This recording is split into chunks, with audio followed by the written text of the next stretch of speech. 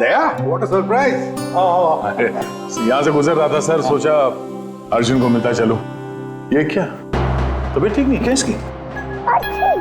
देखो सर्दी हुई है, जुकाम हुआ है।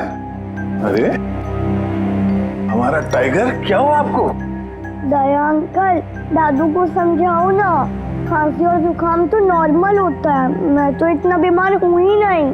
अबे ओ नॉर्मल के बच्चे, दादू तू है या दादू मैं हूँ? अरे आप ही दादू हो, लेकिन इतनी चिंता क्यों कर रहे हो? इतनी चिंता क्यों कर रहा हूँ? 10 साल से गायब थे तुम, गायब। अब मुझे मिल गए हो तो पूरी कसर निकाल रहा हूँ। सर सोचा नहीं कभी आपका ये रूप भी देखने को मिलेगा।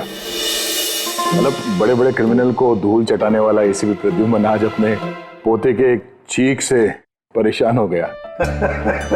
दया, इस सबसे प्यारे, सबसे मीठे क्रिमिनल की वजह से है।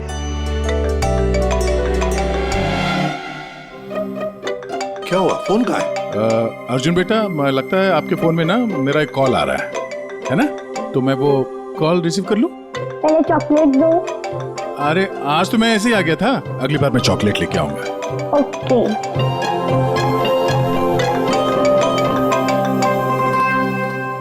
बड़े नॉट हो गए हो तुम। क्या? कहाँ पे? ठीक है, हम लोग अभी पहुंचते हैं वहां। क्या हुआ? सर वो हेमसुगा के जंगल में एक लाश दफन मिली है कुछ लोगों को।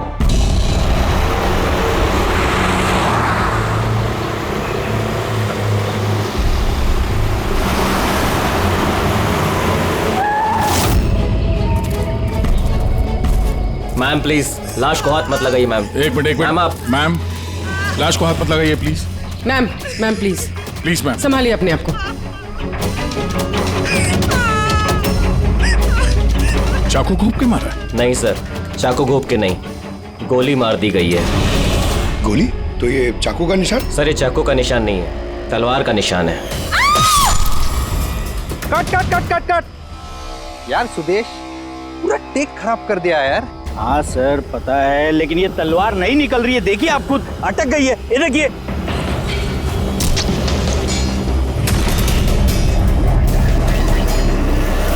तलवार पे खून कैसा है?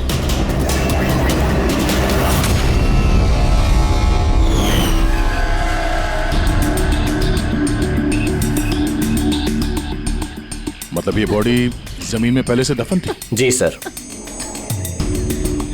पेट पे गोली लगी है मैम प्लीज। और छाती पे कहीं भी एग्जिट वुंड नहीं है, मतलब गोली अभी भी अंदर है, बाहर नहीं गई है। सर दूर से गोली मारी होगी और पीठ पीछे धोखे से गोली मारी होगी।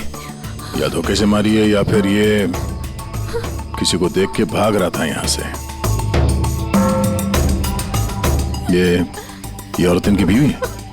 जी सर, ये जो लाश है रविंदर की है, ये उनकी आईडी है और इनकी बीवी मालती।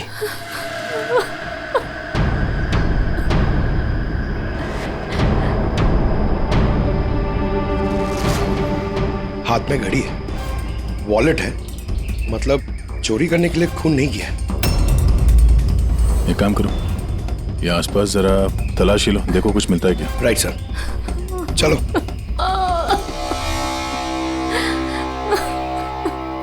आपने आखिरी बार अपने पति को कब देखा था?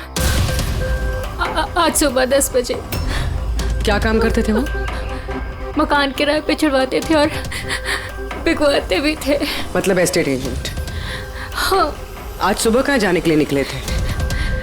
एक फ्लैट आज किराए पर चढ़ने वाला था, तो वही चेक करने गई थी कि वहाँ पे कोई सफाई या मरम्मत वगैरह की जरूरत तो नहीं है। सर। हाँ? सर यहाँ आसपास तो कुछ नहीं मिला, ना खून ना कोई सुराग। लगता है गोली यहाँ नहीं चली। क्योंकि सर गोली जंगल में चली ही नहीं। तो फिर कहाँ चली? हो सकता है फ्लैट में, जो आज किराए पर चढ़ने वाला था। आपको कैसे पता? क्योंकि मैं उनसे उस वक्त फोन पे बात कर रही थी।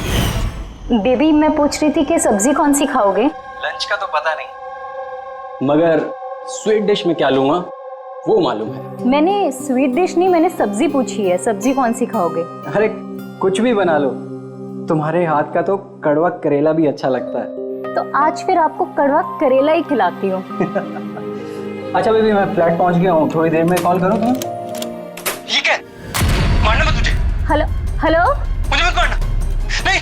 रविंदर, हेलो, क्या हुआ? तुम कुछ बोल क्यों नहीं रहे? हेलो। इतना सारा खून?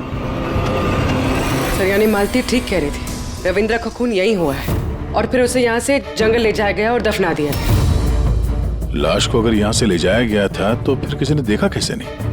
पंकज, जरा वॉचमैन को बुलाओ।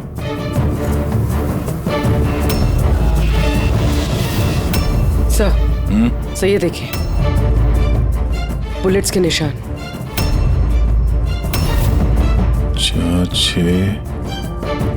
13 बुलेट्स और एक गोली रविंदर को लगी।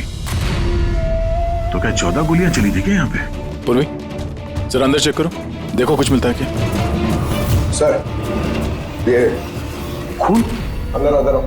ये गोपाल है सर। आज सुबह यहाँ इस फ्लैट में खून हो गया। खून? उसके बाद लाश को यहाँ से ले जाया गया। तुमने देखा नहीं किसी को? कहाँ थे तुम? सर सुबह से मैं यहीं हूँ और बिल्डिंग में से कोई लाश नहीं गई सर। तो क्या लाश के पर लग गए और जंगल में जाके वो दफन हो गई खुद? सीसीटीवी फुटेज लेके आओ इस बिल्डिंग का, जल्दी। सर, क्या हुआ? बिल्डिंग में मेंटेनेंस का काम चल रहा है सर, इसलिए सीसीटीवी फुटेज कैमरा बंद है सर। सीसीटीवी फुटेज भी नहीं है? अच्छा, रजिस्टर तो होगा ना, जहाँ पे लोग आते हैं एंट्री करते हैं, वो तो है तुम्हारे पास कि वो भी नहीं है? है। अरे तो लेके आओ। सर, बिल्डिंग में मेंटेनेंस का काम चालू है, इसलिए वर्कर लोग अंदर बाहर कर रहे हैं सर, इसलिए मैंने सुस्ती में नाम दर्ज कराना बंद कर दिया सर। सुस्ती के कारण एंट्री करना बंद कर दिया? तेरे सुस्ती मैं निकालता हूँ। सर मुझे माफ कर दी सर। सर मैं सच कह रहा हूँ, बिल्डिंग के बाहर कोई लाश नहीं गई सर। तेरे साथ क्या करने वाला हूँ मैं तुझे बाद में बताता हूँ। जा वहां खड़े रहे, बाहर खड़े रहे। चल। सर, मुझे तो लग रहा है ये जो वॉचमैन है ना, ये भी मिला हुआ है।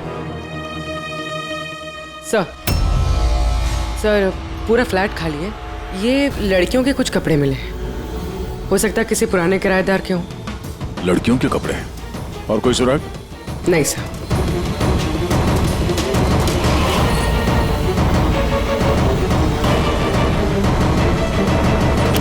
लॉक एकदम सही सलामत है, टूटा हुआ नहीं है, कोई फोर्स्ड एंट्री नहीं है।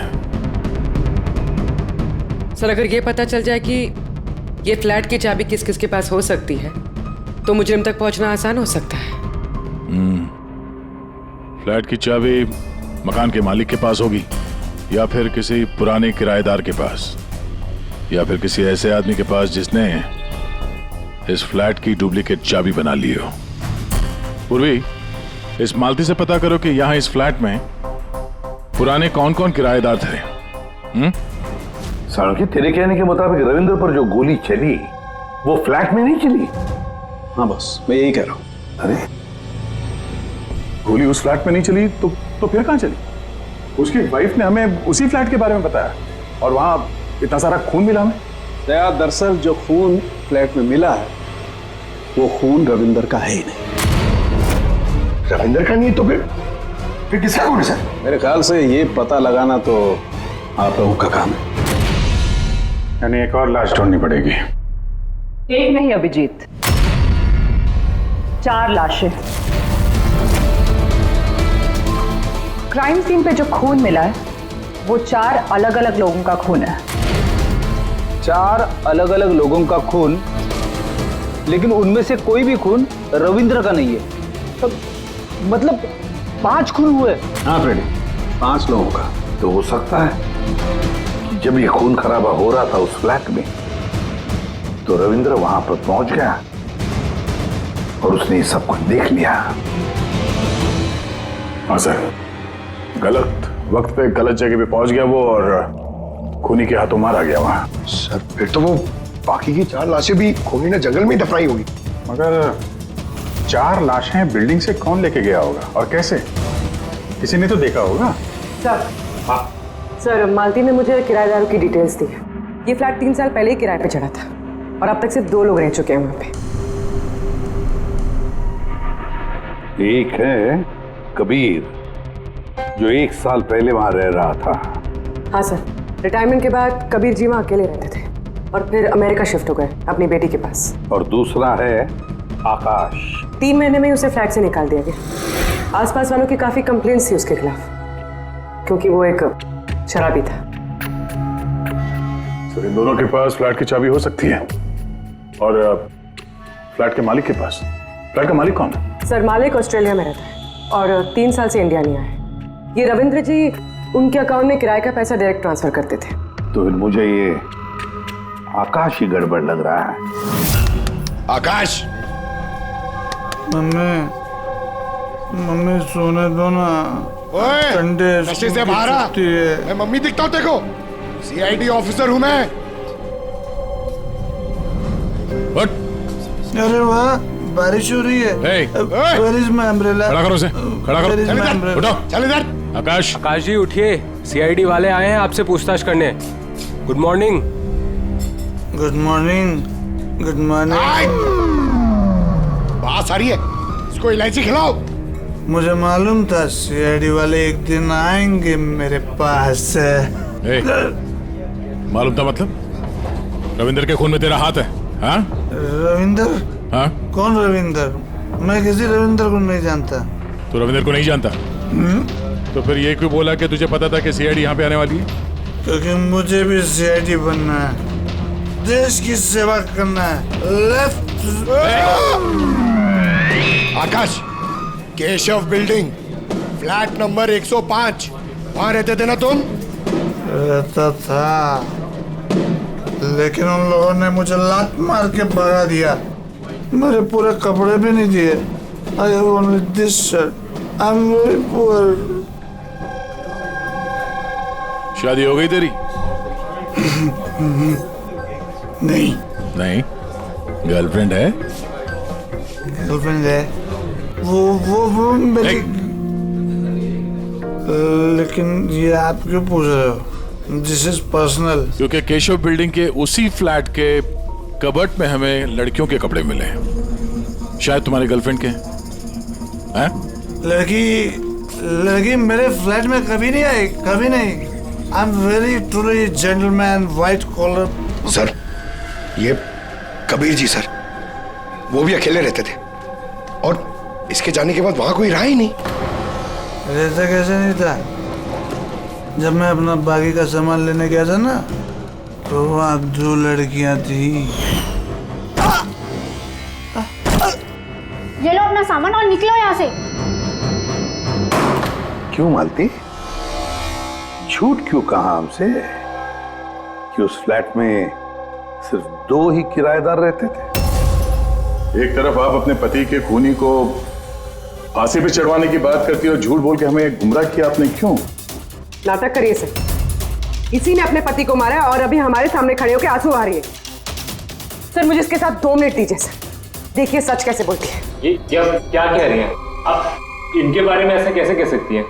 आप सीआईडी वाले इतने पत्थर दिल कैसे हो सकते हैं? किसी का दर्द समझने के बजाय आप उन्हें टॉर्चर कर रहे हैं, उन्हें तकलीफ पहुंचा रहे हैं। अच्छा, आप दोनों को बड़ी फिक्र हो रही है? आपकी तारीफ? मैं मालती की छोटी बहन रजनी हूँ और ये मेरे हस्बैंड है। तो फिर रजनी जी, आप सभी ध्यान से सुन लीजिए। अगर मालती ने हमसे कुछ भी झूठ कहा ना, तो ये जेल जाएगी, जेल।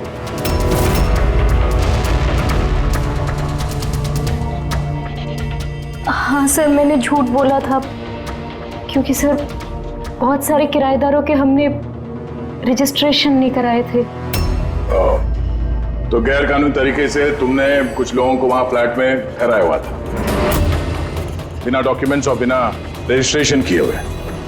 हाँ, ताकि वो रेंट मकान मालिक के बजाय हमें मिल सके। अच्छा, तो इसका मतलब है और भी लोग रह रहे थे इस फ्लैट में इन 2 किराएदारों से पहले, है ना? तो फिर फ्लैट की चाबी उनके पास भी हो सकती है, क्यों? हमें उन सबकी लिस्ट चाहिए, किराएदार चाहे कानूनी हो या गैर कानूनी, मगर इस बार लिस्ट से एक भी नाम गायब नहीं होना चाहिए, वरना तुम्हारे लिए अच्छा नहीं होगा। सुषमा जी, दीदी निशांत भैया से डायरी ले आओ। जी ठीक है। ये डायरी लेने बाहर क्यों जा रही है? वो किराएदारों की लिस्ट वाली डायरी रविंदर ने हमारे पड़ोसी के यहाँ रखवाई थी। वाह, ताकि अगर कोई आपके इस घर की तलाशी ले तो आपकी पोल नहीं खुलेगी। रजनी जी, आपकी बहन बड़ी होशियार है, क्यों?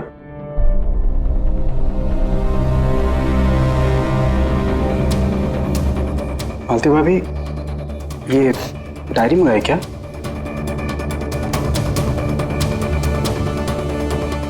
भाभी, सब ठीक है ना? सर, हाँ, 8 और लोग हैं। 8 लोग हैं। इनकी कुंडली निकाल लो, खूनी इनमें से कोई एक हो सकता है। सर, लिस्ट में जितने भी लोग हैं उनसे कांटेक्ट नहीं हो पा रहा है। हाँ सर, कुछ नंबर गलत हैं और कुछ बदल गए हैं। मतलब डेड एंड। सिक्योरिटी गार्ड से क्या पता चला? सर वो वही कह रहा है सर, ये 4 लाशें क्या, अरे तो 1 लाश भी नहीं देखी जाते हुए। अजीब बात है सर, उस बिल्डिंग से बाहर जाने का रास्ता तो एक ही है। अगर लाशें वहां से बाहर ले जाई नहीं गई है तो लाशें गायब कहां हो गई? ये सब मेरी वजह से हुआ है बॉस। आई एडमिट, मेरी गलती है। तेरी गलती है? ये लो, द ग्रेट डॉक्टर साहब की भी गलती करते हैं। हाँ क्यों नहीं, बड़े से बड़ा आदमी कभी न कभी गलती कर देता है बॉस। अच्छे से अच्छा क्रिकेटर भी 0 पे क्लीन बोल्ड होता है, तो मुझसे भी हो गई यार। तो सर आपको 0 पे आउट किसने किया? उस खून ने जो फ्लैट पे मिला था। उन 4 मरे हुए लोगों का खून? यही गलती हो गई बॉस मुझसे।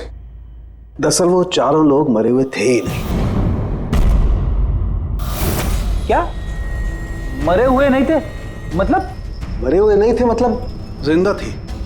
पता, जब मैंने उन 4 खून को अच्छी तरह से टेस्ट किया तो मुझे क्या मिला? स्टोरेज लीजेंस। पंकज, तुम जरूर ये पूछना चाहोगे कि सर ये स्टोरेज लीजेंस क्या होता है? अरे कमाल है सर, मैं आपसे यही पूछने वाला था। मुझे मालूम था।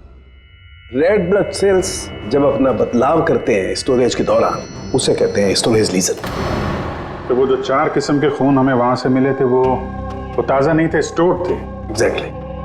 शायद किसी ब्लड बैंक वगैरह से लाया गया होगा। उन 4 ब्लड सैंपल्स में मुझे 4 अलग अलग किस्म की बीमारियों के लक्षण मिले हैं। एक में HIV, दूसरे में ल्यूकेमिया, तीसरे में हार्पिस और चौथे में डायबिटीज।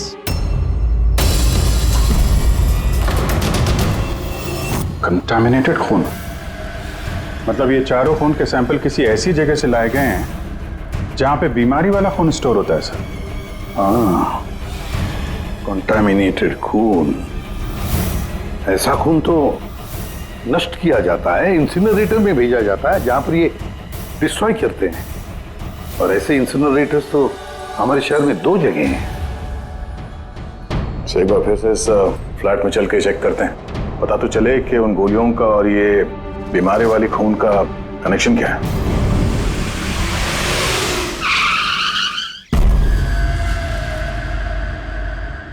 केस तो कुछ ज्यादा ही उलझता जा रहा है। अगर यहाँ इस फ्लैट में किसी को नहीं मारा गया था तो इतना सारा खून यहाँ जमीन पे क्यों पड़ा हुआ है और दीवार पे ये गोलियां क्यों चलाई है? हाँ? सर जो गोलियों के निशान है वो सिर्फ इस दीवार पर है। इसका क्या मतलब है? इसका मतलब गोली चलाने वाला यहाँ खड़ा था, यहाँ से उसने गोली चलाई। मगर सर इस इन्फेक्टेड खून का क्या कनेक्शन हो सकता है इस केस से? और सर खून सिर्फ फ्लोर पर है, ना यहाँ पर है, ना इस पर है, ना दीवारों पे। इसका क्या मतलब है? एक और बात, हमें इस घर से गोलियां नहीं मिली, मिले हैं तो सिर्फ गोलियों के निशान। इसका मतलब है कि मुजरिम ने यहाँ इसको कमरे को साफ करने की कोशिश की है मगर पूरी तरह साफ नहीं कर पाया, उससे पहले उसे जाना पड़ा। क्यों? एक काम करो, स्प्रे लेके आओ, दीवार पे स्प्रे मारो, पता तो चले कि यहाँ पे है क्या।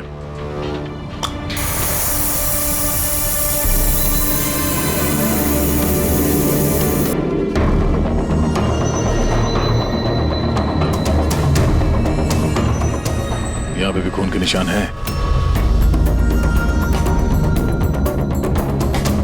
नीचे तक है ये तो, सिवाय इस जगह के। सर ये देखिए, गोलियां यहां लगी हुई हैं, लेकिन गोली का निशान यहां पर नहीं है।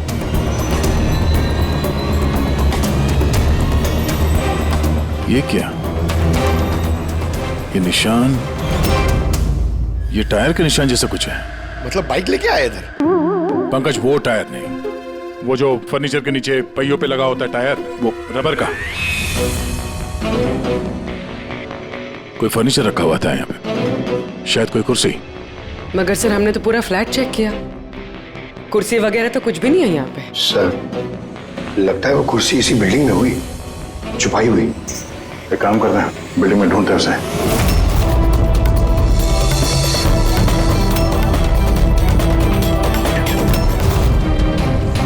परफेक्ट। और सर, ये कुर्सी के साथ ये सब भी मिला है। क्या ये? बोलो। ये अब समझ आ गई सर पूरी पहेली। खूनी ने पहले इस मैनिक्विन को चेयर पे बिठाया और चेयर को दीवार से लगा दिया। इस मैनिक्विन के ऊपर वो खून के बैग्स थे और बहुत सारे बुलेट फायर करने की वजह से ये दीवार पे जो बुलेट्स है और ये सारा खून आसपास गिर गया। ये जिसने भी किया, ये बड़ा सरफिरा आदमी।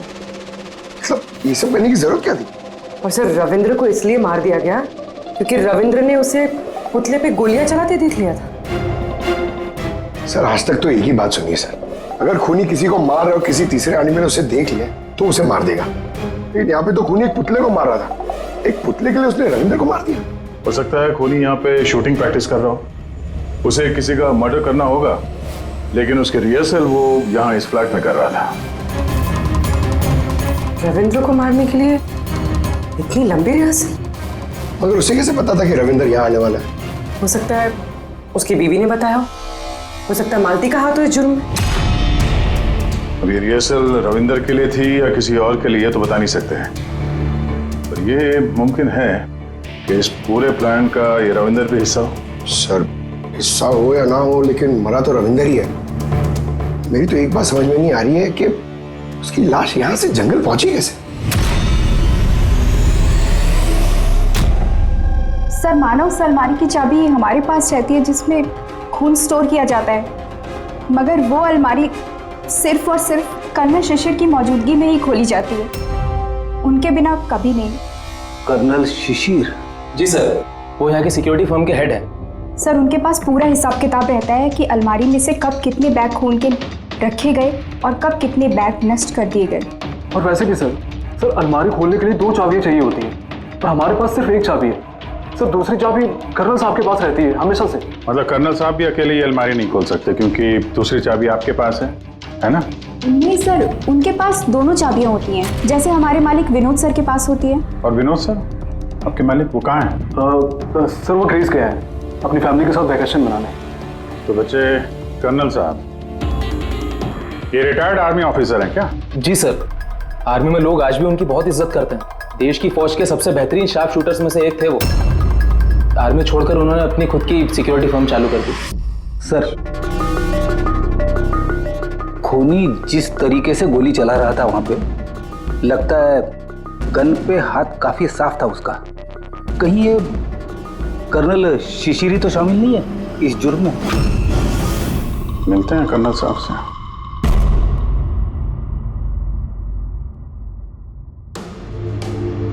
पंकज, एक बात बताओ, अगर तुम्हें किसी पे गोली चलाने की प्रैक्टिस करनी है तो वो कैसे करोगे? और फायरिंग रेंज जाऊंगा और प्रैक्टिस करूंगा सर। एग्जैक्टली, मैं भी वही करूंगा। कोई भी नॉर्मल इंसान यही करेगा, फायरिंग रेंज पे जाएगा और टारगेट प्रैक्टिस करेगा। लेकिन खूनी ने रिहर्सल करने के लिए इतना झमेला क्यों उठाया? हाँ सर, पहले इस फ्लैट में चोरों की तरह घुसना, फिर मैनिक्विन को यहाँ बिठाना, खून के बैग चुराना, सिर्फ प्रैक्टिस के लिए। और रविंदर सिर्फ इसलिए मारा गया क्योंकि उसने उसे प्रैक्टिस करते हुए देख लिया था। ये खूनी कुछ बहुत बड़ा करने वाला है।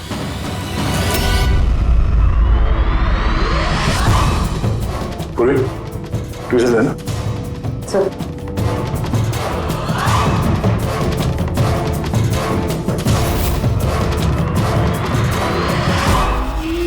राइफल की गोली? ओह, इसका मतलब है गोली चलाने की प्रैक्टिस कोई यहाँ फ्लैट के अंदर से नहीं कर रहा था, कोई दूर बैठ के प्रैक्टिस कर रहा था राइफल की गोली से। हाँ सर, क्योंकि अगर राइफल नजदीक से चलाई होती तो गोली आर पार निकल जाती, कुर्सी में नहीं अटकती। अब समझ में आया मर्डर रिहर्सल के लिए इतनी प्रैक्टिस क्यों। जिसका खून होने वाला है उस पे गोली कहीं दूर से चलने वाली है, कहीं दूर से। सर, आपके कहने का मतलब है कि गोली वहां वो बिल्डिंग से चली है? इतनी दूर से गोली चलाना मुमकिन है? वही तो, मतलब वहां से नहीं तो और कहां से चली होगी? पंकज एक काम करो, लेजर बीम लो और उस चेयर पे जो गोली का छेद है ना, उसके पीछे से वो लेजर पास करना, एकदम सामने, पता तो चले गोली चली कहां से।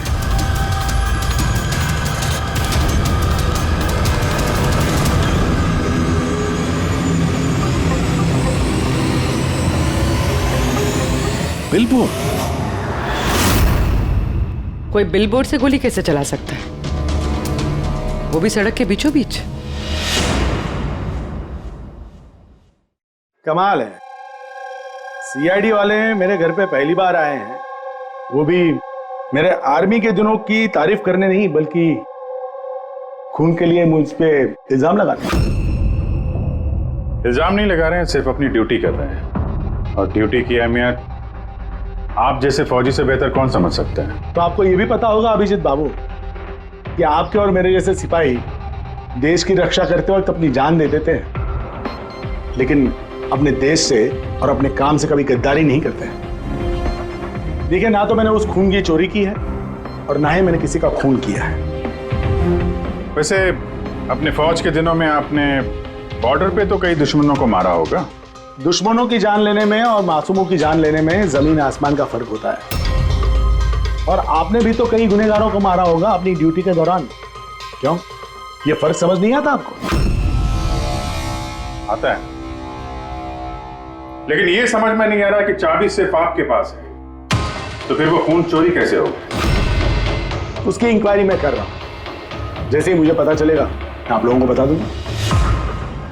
अच्छा, क्या ऐसा नहीं हो सकता कि आपकी उन चाबियों की किसी ने डुप्लीकेट चाबी बनवा ली हो? बिल्कुल नहीं। अनुशासन समझते हैं आप? डिसिप्लिन। आर्मी की ट्रेनिंग में डिसिप्लिन का बहुत बड़ा महत्व होता है, और आज भी मैं अपनी जाती जिंदगी में उस डिसिप्लिन का पालन करता हूं। ये चाबी मुझसे 1 मिनट भी दूर नहीं होती, इसलिए असल जिंदगी में तो क्या, ख्वाब में भी कोई इसका डुप्लीकेट नहीं बनवा सकता।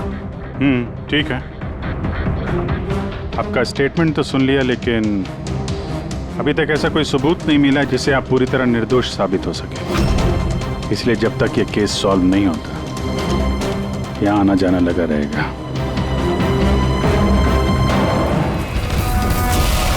इस मेटल बोर्ड को नट से फिट किया गया था ऊपर। सूंघो इसे। ये तो गन पाउडर है सर। गन पाउडर और ये स्क्रैचेस। बहुत लंबी प्लानिंग की थी। क्या लंबी प्लानिंग होगी सर? पंकज खूनी ने इस मेटल प्लेट का इस्तेमाल गोलियों की दिशा बदलने के लिए की थी। जैसे ही उसने इस मेटल प्लेट पे गोली चलाई, इस पे गोली लगने के बाद गोली की ट्रेजेक्ट्री बदल गई और वो सीधे जाके पुतले पे लगी। मतलब असली रिहर्सल इस मेटल प्लेट पे गोली चला के ट्रेजेक्ट्री बदलने की थी, सिर्फ निशाना लगाने की नहीं। सर, क्या लगता है कौन सी बालकनी से गोली चलाई होगी? एक बात तो साफ है, गोली सामने से नहीं चली है। गोली यहाँ इसी बिल्डिंग से चली है, या तो ऊपर से, नीचे से, या फिर अगल बगल से कहीं। पता करना पड़ेगा। कोई ना कोई बहुत जल्द मरने वाला सा है, ठीक उसी तरह से जैसे खूनी ने उस फ्लैट में खून की रिहर्सल की थी। इस मर्डर को होने से रोकना होगा सर, किसी भी हाल में। सर उस बिल्डिंग के एक एक फ्लैट की एक एक ईंट चेक की सर, लेकिन पता नहीं चला कि खूनी ने गोली कहां से चलाई है। अगर इस खूनी ने बेड़ा उठाया रिहर्सल करके ही खून करने का, तो फिर वो वैसा ही फ्लैट ढूंढेगा जैसा फ्लैट उसे वो खून करते वक्त मिले। मतलब सर, असली विक्टिम का जो फ्लैट होगा, खूनी ने ठीक उसी पैटर्न का फ्लैट ढूंढा होगा। हर बिल्डर का अपना एक अलग पैटर्न होता है फ्लैट्स का। एबीसी का अलग, XYZ का अलग, तो हमें उस पैटर्न का फ्लैट देखना होगा सर, जैसे वहां उस रिहर्सल में यूज हुआ था। सर ये बिल्डिंग तो आकव बिल्डर की है, और इनकी कुल मिलाकर 24 प्रॉपर्टीज है पूरे शहर में। मतलब जिसका खून होने वाला है वो 24 बिल्डिंग में से किसी एक बिल्डिंग में हो सकता है। लेकिन 24 बिल्डिंग में से 7 बिल्डिंग्स ऐसी हैं जिसका पैटर्न इस रविंदर के फ्लैट से मिलता है। मतलब हमें 7 के 7 बिल्डिंग ढूंढनी पड़ेंगी। 7 बिल्डिंग, अगर एक बिल्डिंग में 50 फ्लैट है तो 350 फ्लैट, सब बहुत ज्यादा वक्त नहीं लग जाएगा। पंकज चाहे जो कुछ भी हो करना तो पड़ेगा ही। सर ये कर्नल शिशिर गड़बड़ आदमी है सर। ये सेना में शार्प शूटर था और ये जो खराब ब्लड डिस्पोजल करते हैं ना, वहां का चीफ सिक्योरिटी ऑफिसर है।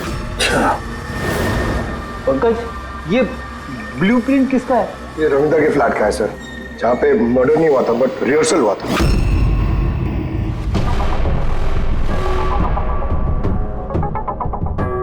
ये तो कर्नल शिशिर के फ्लैट जैसा है सर।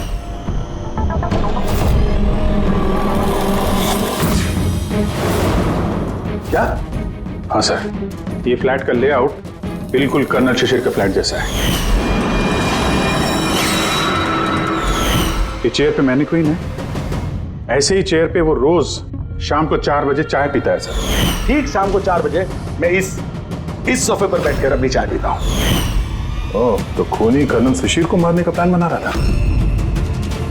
4 बजने वाले हैं, वो कर्नल शिशिर को मारेगा, वो भी आज ही मारेगा। उसे पता है कि हम सीआईडी वाले उसके पीछे पड़े हैं। जल्द से जल्द कर्नल शिशिर तक पहुंचना होगा।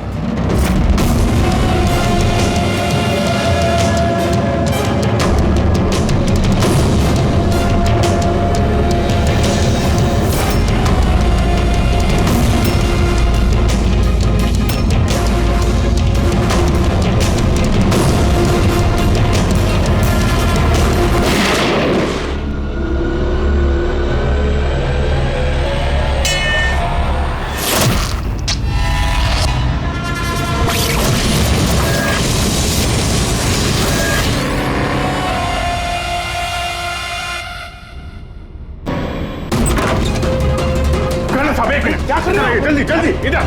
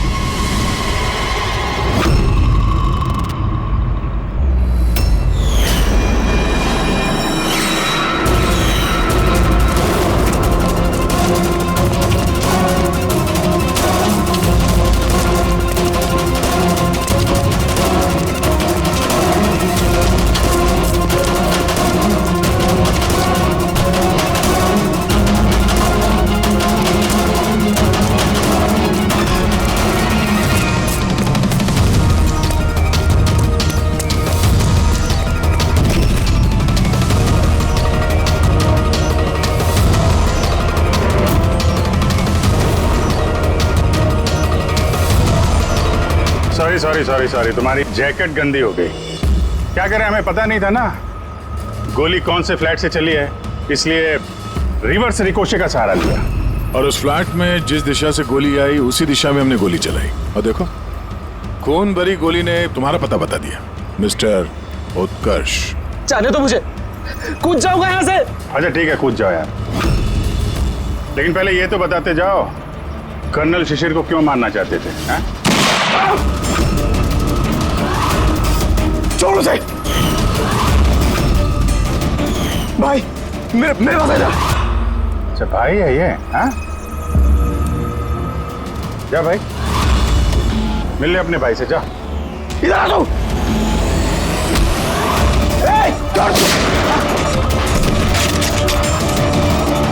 चल उठ।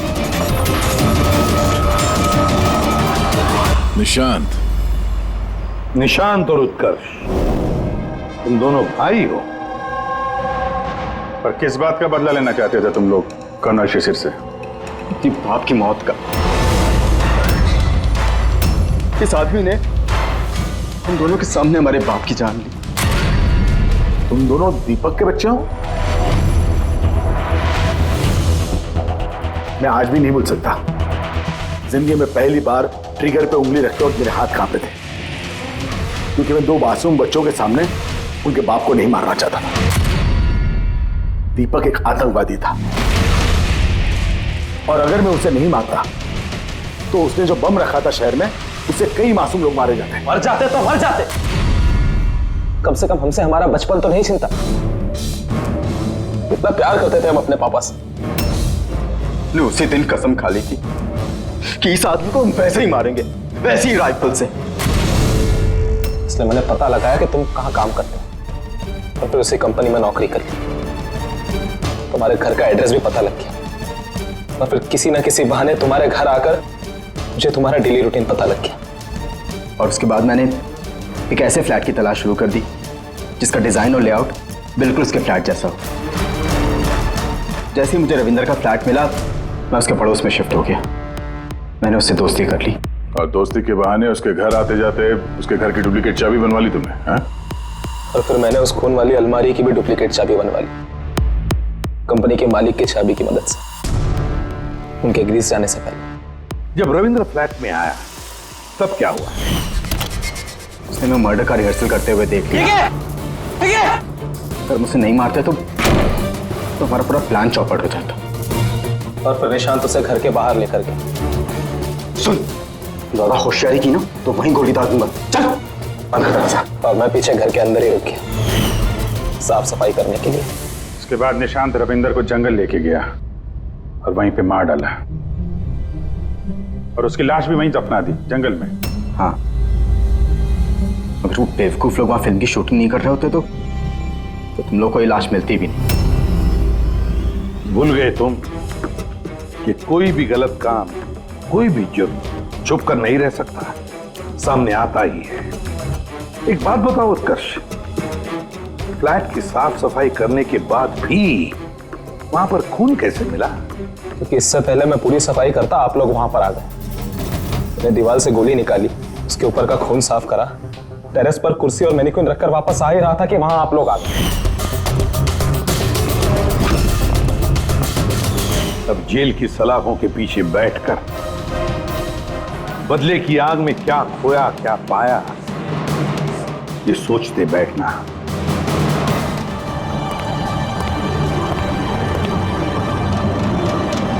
कौन हो तुम?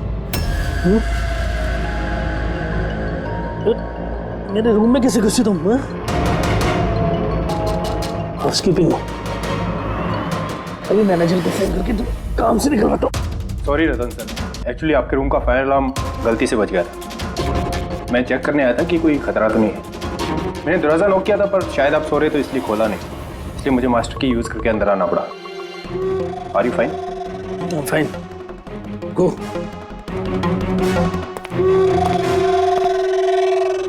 सोने के बाद भी सर दर्द क्यों है?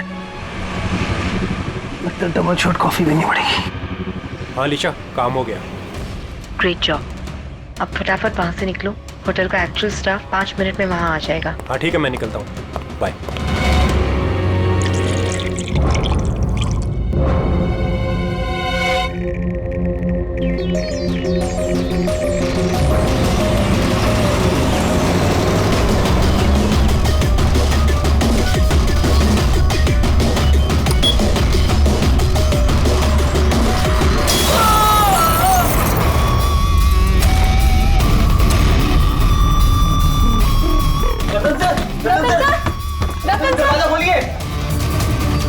एक काम कर, मास्टर की से दरवाजा खोलते हैं।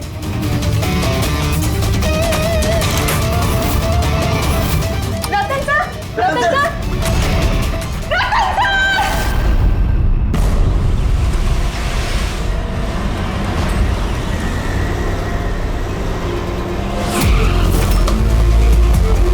जिनका खून हुआ है उनका नाम क्या है?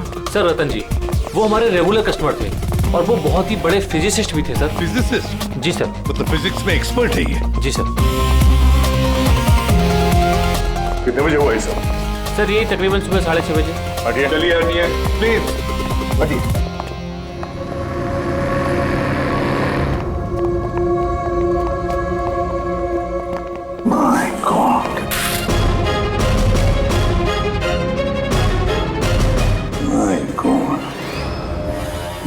लिफाफे में तो इतने सारे डार्ट्स घुसे हैं। फिर अगर इसकी मौत ये माइक्रोवेव ओवन ब्लास्ट होने की वजह से हुई है तो ये 1 2 3 4 6 डार्ट इसके शरीर में क्या कर रहे हैं? माइक्रोवेव ब्लास्ट नहीं हुआ है सर, यहाँ तो गन रखी हुई है। डार्ट्स पहले से ही गन में फिक्स थी। ऐसा लगता है इस रतन को मारने की अच्छी खासी प्लानिंग की गई है। क्यों मैनेजर साहब, पता भी है आपको क्या हो रहा है आपके होटल में? आपके होटल के गेस्ट को किसी ने मारने की प्लानिंग की, माइक्रोवेव में ये डार्ट लगाकर। सर मैं खुद सरप्राइज हूँ कि ये सब क्या हो रहा है। यहाँ तुम्हारे होटल के रूम में एक मर्डर हुआ है, इसकी जवाबदारी आपके होटल की है और आपकी। पर सर आप बताइए, हम अपने कस्टमर को क्यों मारेंगे? जोया तुम बताओ ना सर को। सर के चेक इन करने के पहले तुमने कमरा ठीक से देखा था ना? जी सर। सर पूछिए ना सर, कल रात 11 बजे सर चेक इन किए थे होटल में। 10:30 बजे मैंने खुद चेक की थी कि सामान सब कुछ ठीक है कि नहीं, और माइक्रोवेव में उस वक्त कुछ डार्ट्स वगैरह नहीं थे।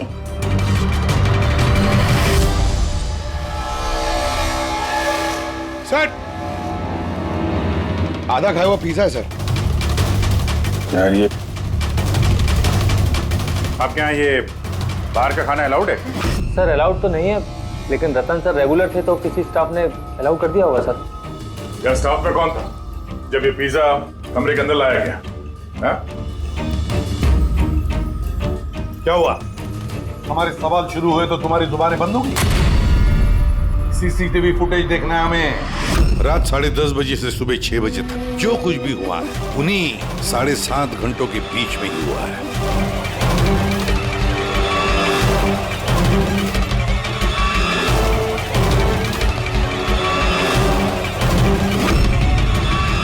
जोया 10:30 बजे रतन जी के कमरे में गई और 11:15 बजे बाहर आई 15 मिनट में।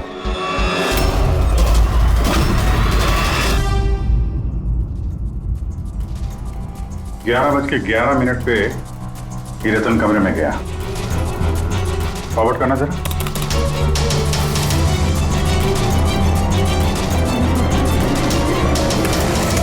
साढ़े 11 बजे हैं और ये रहा रतन का पहला विजिटर।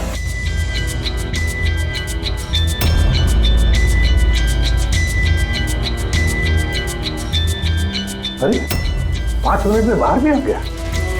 काफी गुस्से में भी लग रही है कौन है? सर ये अमित है, रतन सर के भाई। पहली बार आए थे होटल में। रतन जी तो मिलना भी नहीं चाहते थे इन्हें, पर इन्होंने जबरदस्ती करके रूम में घुस गए।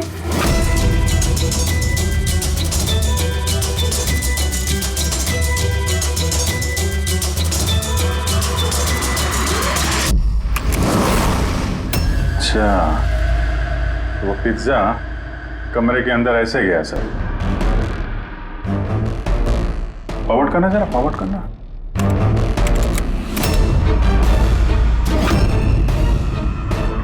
ये निकली स्टॉप 2 बजे। 12:30 बजे ये अंदर जाती है पिज्जा लेके और 2 बजे बाहर आती है। कौन है ये औरत? है सर इनका नाम शमिता है।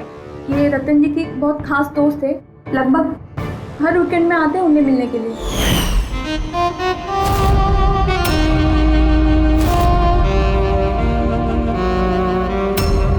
शमिता खास दोस्त रात के 12:30 बजे आती है पिज्जा लेकर। रतन को आखिरी कॉल किसी शमिता नाम के लड़की ने किया था और उससे पहले किसी अमित ने। सर। हाँ पंकज। एक सेकंड, ये पासपोर्ट देखिए सर। इस पे ये कैम्बी का वीजा लगा है। तो सर ये बॉम्बे से कैम्बी जाने का टिकट है। फोटो तो उसे की है, पर नाम रतन नहीं है, दिग्विजय कुमार।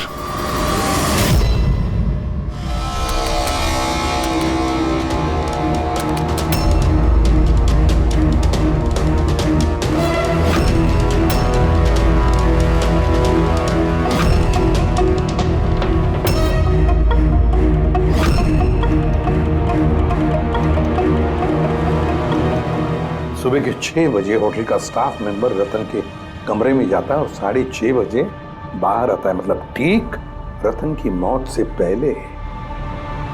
कौन है ये स्टाफ मेंबर? पता नहीं सर। क्या आप अपने स्टाफ वाले को नहीं पहचानते हैं?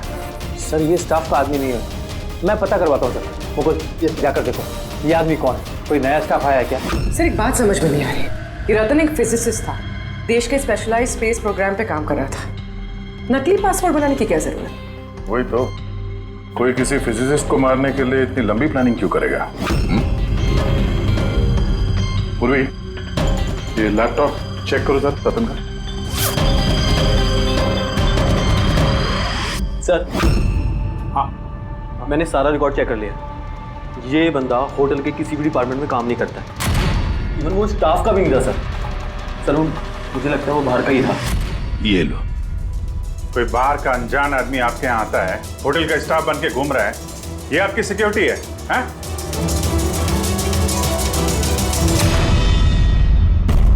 हाँ पूर्वी, कुछ मिला? हाँ सर, लैपटॉप हैक किया तो कुछ सीक्रेट फाइल्स मिली हैं। ये कुछ खुफिया इंफॉर्मेशन है, देश की सुरक्षा से कनेक्टेड। माय गॉड, ये क्या हुआ? सर ये खुफिया इंफॉर्मेशन रतन किसी को बेचना चाह रहा था। ये देखिए, इस डील से रिलेटेड मेल्स भेजे उसने किसी को। ये देखिए, ये सारे हैं। एग्जैक्टली ये खुफिया इंफॉर्मेशन क्या है जो रतन बेचने वाला था?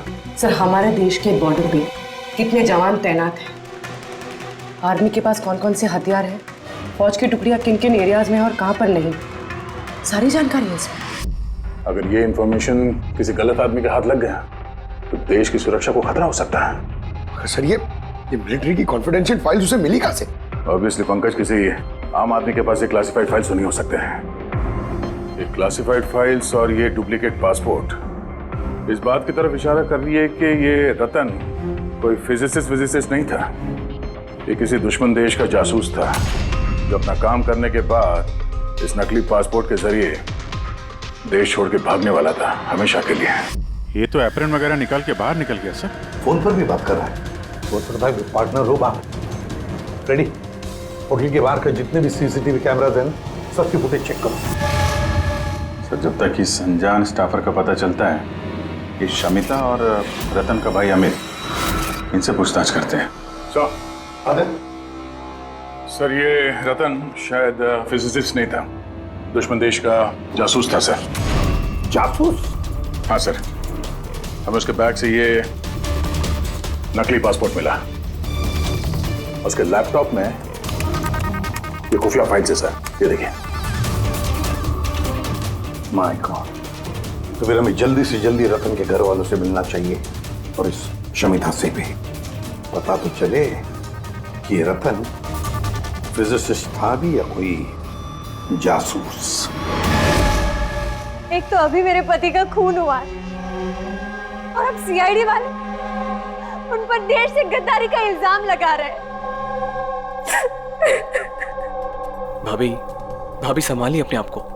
वैसे भाई साहब की मौत के सदमे से आपकी तबीयत खराब है। मिस्टर अमित, आपसे भी कुछ सवाल करना है हमें। आप लोग एक साथ एक ही घर में रहते हैं, तो कल रात अपने भाई के पीछे पीछे होटल रूम में क्या करने गए थे आप? मैंने ही भेजा था उन्हें वहां। तुमने भेजा? किस लिए? क्योंकि रतन भाई साहब पूरी प्रॉपर्टी अपने नाम करके हमें घर से निकालना चाहते थे। वसीयत के पेपर के साथ भी छेड़छाड़ की थी उन्होंने, और अपने भाई का तो उन्हें कोई लिहाज ही नहीं था। ये तुम क्या कह रही हो दिया? भाभी प्लीज। ये सारी बातें यहाँ पर हो सकती थी घर में, उसके लिए होटल में जाने की क्या जरूरत थी? सर लड़ाई झगड़ा करके हम घर का माहौल नहीं खराब करना चाहते थे, और रतन भाई साहब इस टॉपिक को कई दिनों से अवॉइड कर रहे थे, इसलिए मुझे लगा कि होटल में जाके बात करना ही ठीक रहेगा। मगर कमरे से तो तुम बहुत जल्दी वापस आ गए थे, इतनी जल्दी बात हो गई? सर होटल के कमरे में भी बात हो नहीं पाई थी। भाई साहब बहुत नींद में थे और थके हुए थे, इसीलिए चिड़चिड़े भी हो गए थे, और गुस्से में आके मैं भी वहां से निकल गया। इतना बड़ा घर है फिर भी होटल में जाके ठहरते थे हैं? सर रतन काफी इंट्रोवर्ट थे, उन्हें अकेलापन चाहिए होता था ताकि वो अपने काम में ज्यादा ठीक से ध्यान लगा सके। घर में भी होते तो अक्सर वो अपने कमरे में ही होते थे।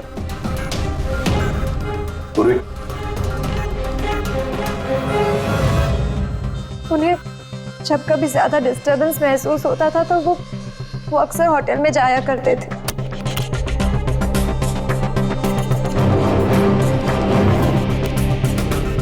ये शमिता कौन है?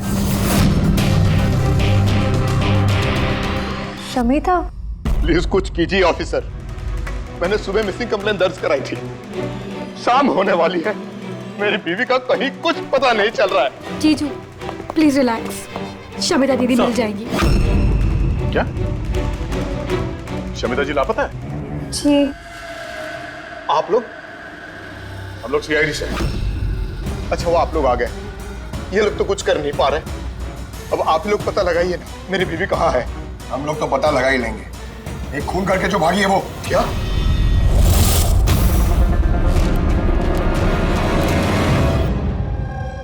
कहने के लिए तो रतन मेरे पति थे, लेकिन मैं उनके बारे में कुछ नहीं जानती थी। वो मुझसे कुछ भी शेयर नहीं करते थे।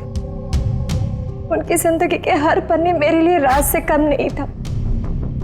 ये शमिता कौन है मैं कुछ नहीं जानती। मैंने ये नाम भी नहीं सुना। यहाँ तक कि वो क्या करते हैं, क्या काम करते हैं, मुझे कुछ नहीं पता। ये है उस होटल कॉरिडोर की फुटेज। कल घर से कहाँ जाने के लिए निकली थी शमिता? अब घर से तो ऑफिस के लिए ही निकली थी, मगर ऑफिस से निकलने के बाद कहाँ गई कुछ पता नहीं चल रहा है। अच्छा, कल डिनर में क्या खाया था रतन ने? प्लेन चीज पिज्जा।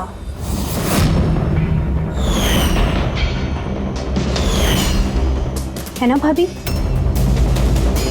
हाँ। प्लेन चीज पिज्जा, कमाल है अभिजीत। होटल में भी पिज्जा और घर में भी पिज्जा। भाई साहब ने होटल में भी पिज्जा खाया था? वही पिज्जा जो शमिता लेकर आई थी। किडनैपर्स का फोन आया था? शमिता को किडनैप करना इतना आसान नहीं है। आईबी विंग में काम करती है वो। हर तरह से ट्रेंड है हर खतरे से निपटने के लिए। आईबी?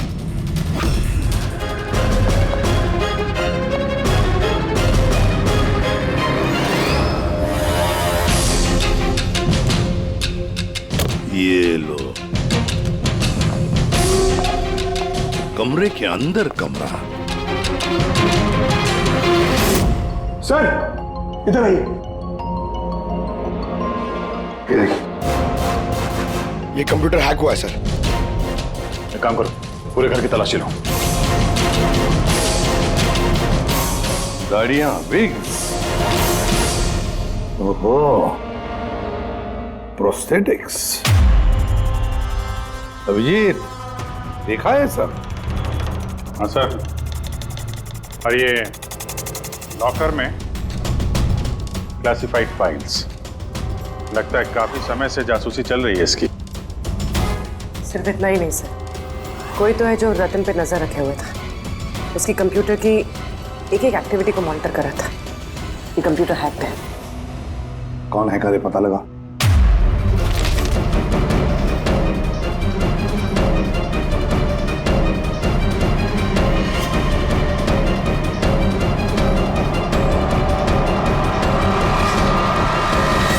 क्या कहना है आप लोगों को इसके बारे में? एक ही छत के नीचे रहते थे आप लोग रतन के साथ, और इस बारे में आप लोगों को भनक भी नहीं है? सर भनक कैसी लगती सर? रतन भाई साहब तो अपने कमरे में किसी को घुसने भी नहीं देते थे। और यहाँ तक कि सर काम वाली को भी नहीं, सफाई वगैरह भी वो खुद ही किया करते थे। फिर जस्मीन जी आपका क्या कहना है? ये तो बेडरूम के अंदर का ही तो कमरा है। सर मैंने आपसे कहा ना, मुझे कुछ नहीं पता। अरे ये कब और कैसे? तो शमिता घर पे नहीं है सर, लापता है वो। आईबी ब्यूरो में काम करती है सर। हमने उसका लैपटॉप चेक किया। पूर्वी को रतन के लैपटॉप पे जो खुफिया इंफॉर्मेशन मिली थी सर, वो सारी इंफॉर्मेशन यहाँ शमिता के लैपटॉप में भी है। ये जानकारी लीक करके देश छोड़ के भागने का इरादा था। दया, ये शमिता आईबी में नौकरी करती थी, इसका मतलब है वो देश की सारी खुफिया जानकारी उसके पास थी जो वो रतन को देती थी, और रतन ये दुश्मन देशों को दे देता था। दोनों पैसे कमा रहे थे इसके ऊपर।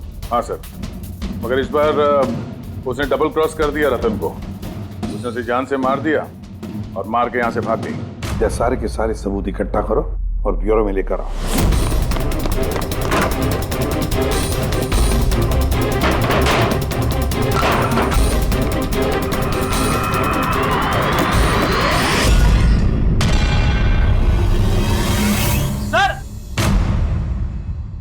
सर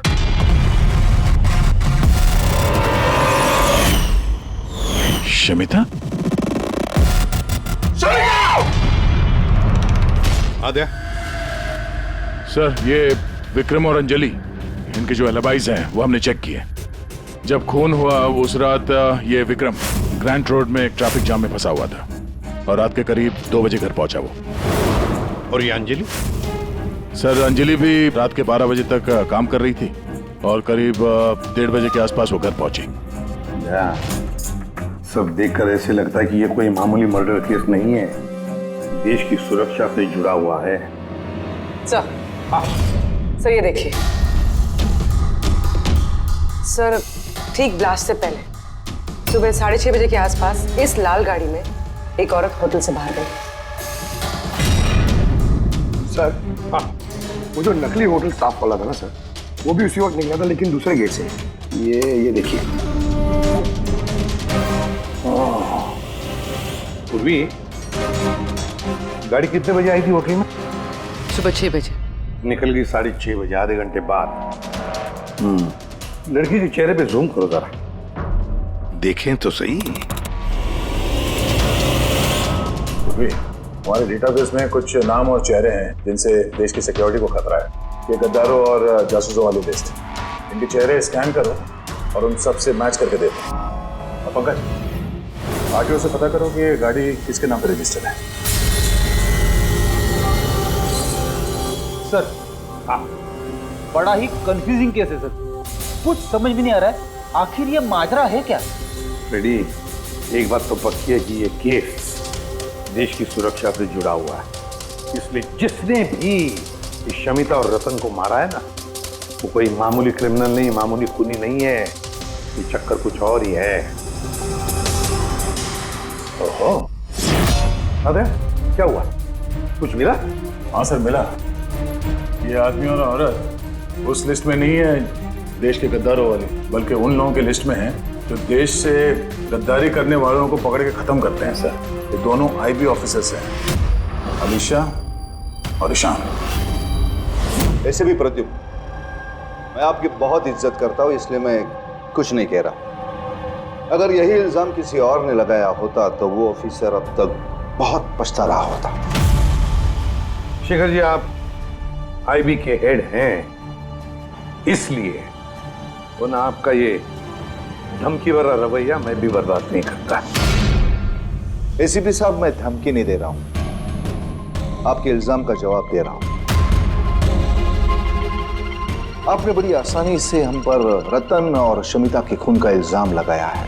क्या आपको लगता है कि वो देश के गद्दार थे और इसलिए हमने उनको मार डाला? मैं इल्जाम नहीं लगा रहा, मैं साफ साफ पूछ रहा हूं कि क्या जो कुछ भी हुआ वैसा ही हुआ? देखिए सर, हम लोगों को पता है कि आप लोग जानते थे कि ये दोनों देश के सुरक्षा से संबंधित कुछ खास जानकारी दुश्मनों को बेचने वाले थे। और हमें यह भी पता है शेखर जी कि जिस वक्त रतन का खून होने वाला था, उस वक्त ईशान और आलिशा वहां उस होटल में मौजूद थे। रतन का खून होने से कुछ मिनटों पहले ही ईशान रतन के कमरे में गया था। शमिता रतन के कमरे में पिज्जा लेकर गई थी, एक ऐसा पिज्जा शायद जिसमें बेहोशी की दवाई थी। हाँ? तो आप लोगों ने शायद उससे कुछ ऐसा कहा होगा कि हमारे लिए काम कर दो और रतन को मार दो, तो आप लोग उसे छोड़ दोगे। क्यों?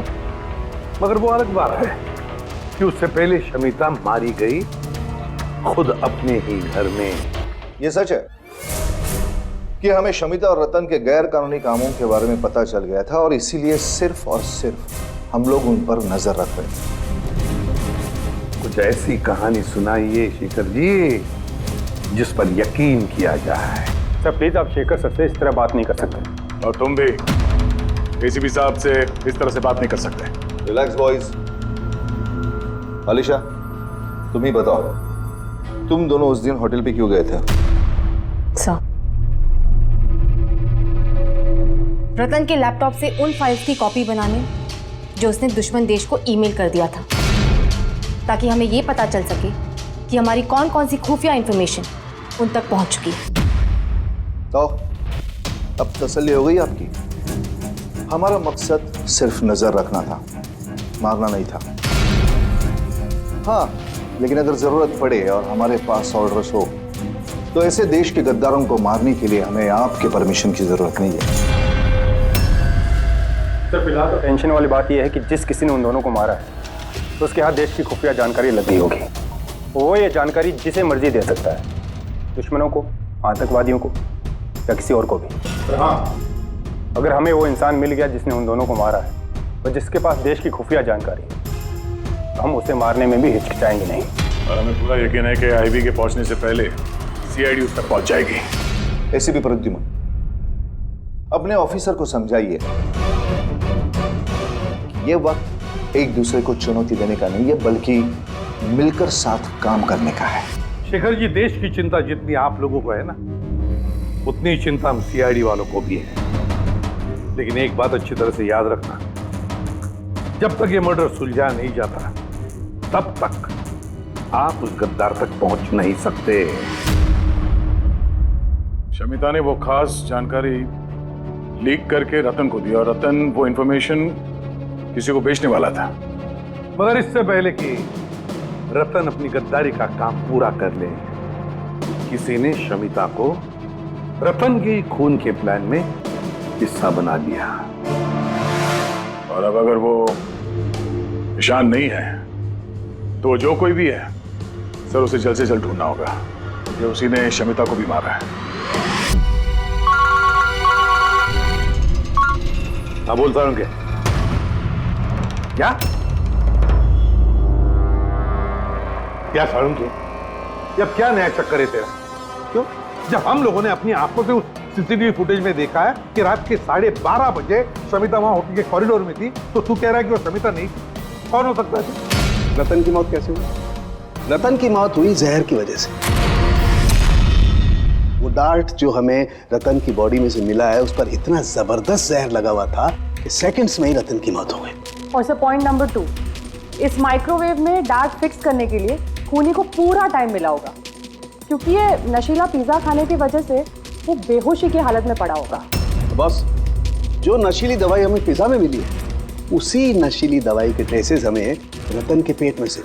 हाँ, अभी पूरे इंग्रेडिएंट्स को अच्छी तरह से चेक नहीं कर पाया हूँ, लेकिन यार सामने मैंने सब कुछ मान लिया, बस सब कुछ मान लिया, लेकिन पहले ये बता, इन सारी चीजों का शमिता के वहां होटल में ना होने से क्या कनेक्शन? बता रहा हूँ, वही बता रहा हूँ बॉस। शमिता डायबिटीज की पेशेंट थी, शक्कर की बीमारी। शमिता की मौत हुई है किसी मिलावट वाले इंसुलिन के इंजेक्शन की वजह से। और सबसे इंपॉर्टेंट बात, शमिता का मौत का टाइम है रात को 10 से 12 के बीच का। क्या? एग्जैक्टली। तो 12 बजे तक अगर वो मर चुकी थी, फिर 12:30 बजे वो हमें होटल में कैसे दिख सकती है? तो अगर शमिता ने रतन को नहीं मारा और अमित, ईशान और अलीशा ने भी नहीं मारा, तो फिर रतन को मारा किसने? और फिर वो फुटेज में जो औरत हमने देखी थी, अगर वो शमिता नहीं थी तो फिर कौन थी? शमिता। एसीपी साहब, आप शायद नहीं जानते कि मैं कितनी बड़ी टेंशन में हूं। अगर वो खूनी नहीं पकड़ा गया जिसने रतन और शमिता को मारा है, तो देश कितनी बड़ी मुसीबत में फंस सकता है, ये आप नहीं जानते। मैं अच्छी तरह से जानता हूँ शेखर जी, बहुत अच्छी तरह से जानता हूँ। लेकिन एक बात अच्छी तरह से याद रखिए, हम देश पर कोई भी आंच आने नहीं देंगे। उससे पहले ही हम खूनी को पकड़ लेंगे। सर, वो खूनी की आइडेंटिटी हमें वो ईमेल से मिल सकती है सर, जो रतन और शमिता ने एक दूसरे को भेजा है। आप मुझे तो ये भी लगता है कि जरूर कोई आसपास वाला ही है जिसे शमिता और रतन इन दोनों की छोटी से छोटी आदतों के बारे में पूरी जानकारी थी। हाँ सर, जैसे कि सुबह उठते ही रतन का माइक्रोवेव में कॉफी बनाना और शमिता को इंसुलिन के इंजेक्शन पहुंचा देना, वो तो कोई पास वाला ही आदमी कर सकता है। और खुनी को ये भी पता था कि ये अंजलि और विक्रम रात 1 बजे से पहले घर आने वाले नहीं है। आखिर खूनी कौन हो सकता है सर? सर एक बात समझ में नहीं आ रही सर, ये रतन और शमिता एक दूसरे को 2 सालों से जानते हैं, मगर गद्दारी करने का इन्होंने ये 3 हफ्ते पहले ही सोचा, ऐसे अचानक? हाँ सर, बात थोड़ी अजीब तो है। इन 3 हफ्तों के पहले इनका कोई रिकॉर्ड तो नहीं रहा खुफिया खबर के एक्सचेंज को लेकर। इस सबका इस तीसरे गद्दार से क्या लेना देना? We are running out of time. हाँ सर, हमने सारे सुरागों के ताले खोल दिए हैं, लेकिन हमें वो दरवाजा नहीं मिल रहा जो हमें तीसरे जासूस तक ले जा सके। तीसरा दरवाजा है, ये तीसरा दरवाजा हमें उस जासूस तक ले जाएगा। कौन सा? उस दरवाजे का नाम है पिज़्ज़ा। पिज़्ज़ा वो औरत जो बड़े बड़े काले चश्मे और घुंघराले बाल का विग पहनकर घूमती है ना, शमिता बनकर, उसने उस दिन पिज़्ज़ा लाया बाहर से होटल के अंदर। और उसने ऐसा इसलिए किया क्योंकि उसे वो नशीली दवाई मिलानी थी पिज़्ज़ा में। अगर होटल में ऑर्डर करती तो उसे मौका नहीं मिलता और ना ही वक्त मिलता वो नशीली दवाई पिज़्ज़ा में मिलाने के लिए। और होटल वालों ने कुछ नहीं बोला क्योंकि वो लोग उसे जानते थे। दया, होटल दे रॉयल के आसपास इस पिज़्ज़ालो ब्रांड के पिज़्ज़ा की कितनी दुकानें हैं पता लगाते हैं, सब कुछ साफ हो जाएगा।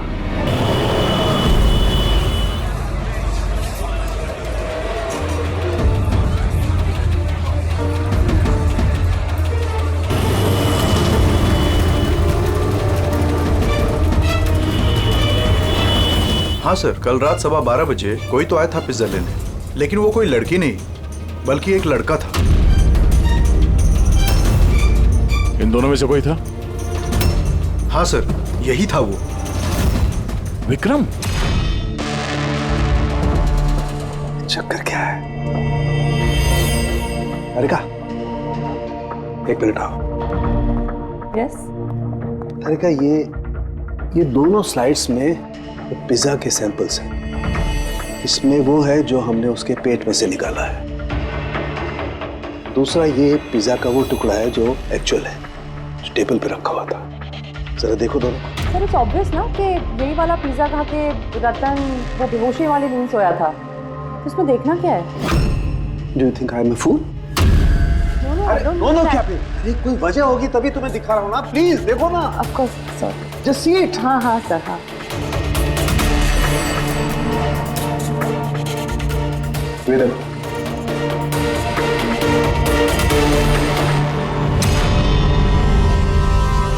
क्या? इसका मतलब रतन ये पिज्जा खा के बेहोश नहीं हुआ है? एग्जैक्टली वही दिखाना चाहता था मैं तुम्हें। क्या खाया होगा उसने?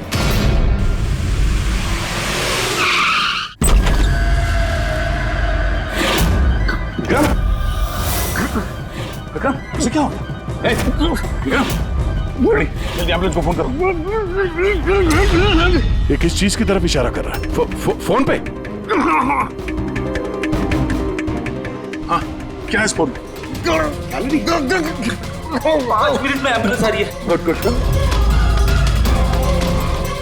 शमिता और रतन सामने। सर फोटो देखी तो लग रहा है कि लोग एक दूसरे को बहुत प्यार करते हैं। 1 महीने पुराना फोटो। दोनों प्यार करते थे या जासूस थे?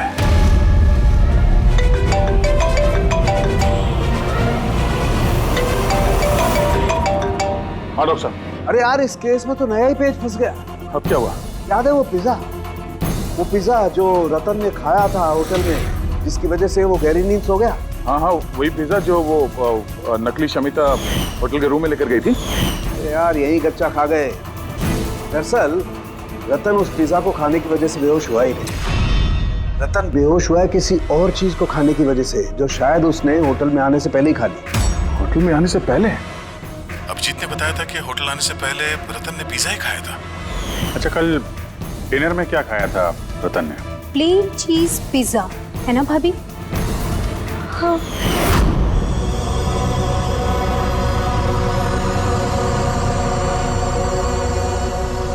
जैस्मिन, तुम यहाँ क्या कर रही हो?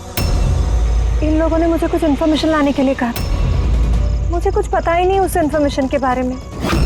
इन्होंने कहा कि अगर मैं नहीं आई तो ये लोग मुझे जान से मार देगी, इसलिए मैं यहाँ आई हूँ। वो कौन तुम लोग?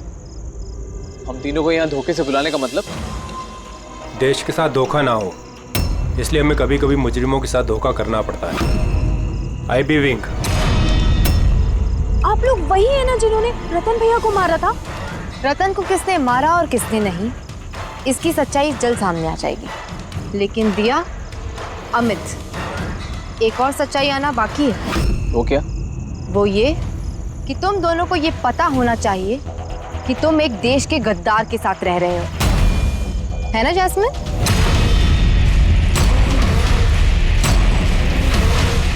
What nonsense! तुम लोग मुझे देश का गद्दार कह रहे हो? रतन को बेहोशी वाला खाना तुमने खिलाया था ना, जिसकी वजह से उसकी बाद में मौत हो गई। अब तुम्हारी भलाई इसी में है कि तुम जल्दी से अपना जुर्म कबूल कर लो। क्या कह रहे हो तुम लोग? मैंने तो कुछ नहीं किया है। कौन सी बेहोशी वाली दवाई? मैं अपने पति को क्यों मारूंगी? हाँ, क्यों उसे बेहोशी वाली दवाई दूंगी? हमें तुम चुप क्यों? हाँ, तुम उस दिन मेरे साथ थे ना जब मैंने रतन को खाना दिया था? तो फिर तुम कुछ क्यों नहीं बोल रहे? चुप क्यों? कुछ तो बोलो ना। सारी कोशिशें बेकार है जस्मीन। अपने देवर भैया के मुंह से सच उगलवाने की कोशिश मत करना, क्योंकि ये अपना मुंह खोलेगा ही नहीं। ये सारा किया धरा इसी का है। विक्रम को जानते हो? कौन विक्रम?